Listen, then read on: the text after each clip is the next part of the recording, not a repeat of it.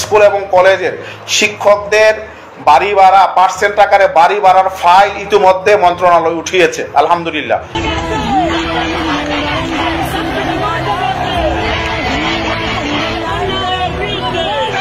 শিক্ষকের যে আন্দোলন করছে, শিক্ষকদের দাবিটা কি? বাড়ি ভাড়ার জন্য। কত টাকা? সর্বোচ্চ বেতন পায় কত শতাংশ? হ্যাঁ, তাদের বেতন কত পায় সেটা। এমপিওভুক্ত যে শিক্ষকরা আন্দোলন করছেন, সেই আন্দোলনকে এখনো তারা চলমান রেখেছেন। অর্থ মন্ত্রণালয় থেকে যে প্রজ্ঞাপন, সংগ্রামী মহাসচিব জনাব মির্জা ফখরুল ইসলাম আলমগীর স্যারের সাথে আমাদের একটি মিটিং এর শিডিউল হয় 12টায়। জানেন যে মানুষ গড়ার যে কারিগর শিক্ষক তারা কিন্তু এক সপ্তাহের বেশি, অর্থাৎ আজকে কিন্তু প্রায় 8 দিন হতে চললো যে তারা এই শহীদ মিনারে আন্দোলন করছে। আপডেট বাংলা সংবাদে জানাচ্ছি আজকের আলোচিত বিষয়গুলো। চলুন শুরু করি আজকের প্রধান শিরোনাম দিয়ে।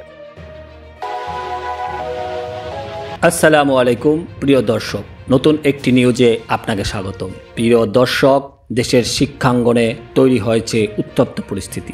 আজ সকালে ঢাকার রাজপথে সংক্ষিপ্ত মিছিল করেছেন এমপিওভুক্ত শিক্ষকরা। 20% বাড়ি ভাড়া এবং 1500 টাকার চিকিৎসা ভাতা দাবিতে হাইকোর্ট মোড় পর্যন্ত তাদের এই পদযাত্রা। কিন্তু এর পিছনে লুকিয়ে আছে আরও বড় কর্মসূচির ইঙ্গিত। রাশেদ খান সংহতি জানিয়ে বললেন, আমলাদের চেয়ে শিক্ষকদের বেতন বেশি হওয়া উচিত।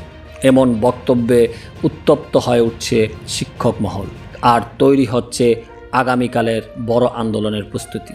শিক্ষক নেতারা ইঙ্গিত দিয়েছেন সোমবার যমুনা অভিমুখে লং মার্চের ডাক আসছে। প্রিয় দর্শক, আজকের ভিডিওতে আমরা জানাবো কেন হঠাৎ এত বিক্ষুব্ধ শিক্ষক সমাজ, কি হতে পারে আগামীকালকের সেই বড় কর্মসূচি, আর সেই আন্দোলনের প্রভাবে শিক্ষা ব্যবস্থা কোথায় গিয়ে দাঁড়াতে পারে। তাই অনুরোধ রইল, ভিডিওটি শুরু থেকে শেষ পর্যন্ত মনোযোগ দিয়ে দেখবেন, একটি লাইক দিয়ে শেয়ার করবেন বন্ধুদের সঙ্গে। আর আপনি বাংলাদেশের কোন জেলায় বসে এই নিউজটি দেখছেন তা কমেন্ট বক্সে জানাতে বলবেন না। শিক্ষকদের সংক্ষিপ্ত মিছিল, কাল বড় কর্মসূচি আসতে পারে। 20% বাড়ি ভাড়া ও 1500 টাকা চিকিৎসা ভাতা দেওয়ার দাবিতে সংক্ষিপ্ত মিছিল করেছেন এমপিওভুক্ত বেসরকারি প্রতিষ্ঠানের শিক্ষকরা। শনিবার 18 অক্টোবর সকালে কেন্দ্রীয় শহীদ মিনার থেকে হাইকোর্ট মোড় পর্যন্ত তারা এই মিছিল করেন। হাইকোর্ট মোড়ে জড়ো হয়ে তারা তাদের দাবি জানান। পরে সেখানে গণ অধিকার পরিষদের সাধারণ সম্পাদক রাশেদ খান সংহতি জানিয়ে বক্তব্য রাখেন। এরপর মিছিলটি পুনরায় কেন্দ্রীয় শহীদ মিনারে ফিরে আসে। বক্তব্যে রাশেদ খান বলেন, আমলাদের থেকে শিক্ষকদের বেতন বেশি হওয়া দরকার। কেন শিক্ষকরা কর্মবিরতি করে ঢাকায় আসবে, আন্দোলন করবে? আমলাদের সুবিধা লাগে, শিক্ষকদের লাগে না।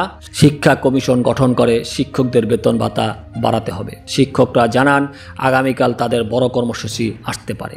এর আগে একাধিক বক্তব্যে শিক্ষক নেতারা রোববার যমুনা অভিমুখে লং মার্চ কর্মসূচির কথা বলেছেন।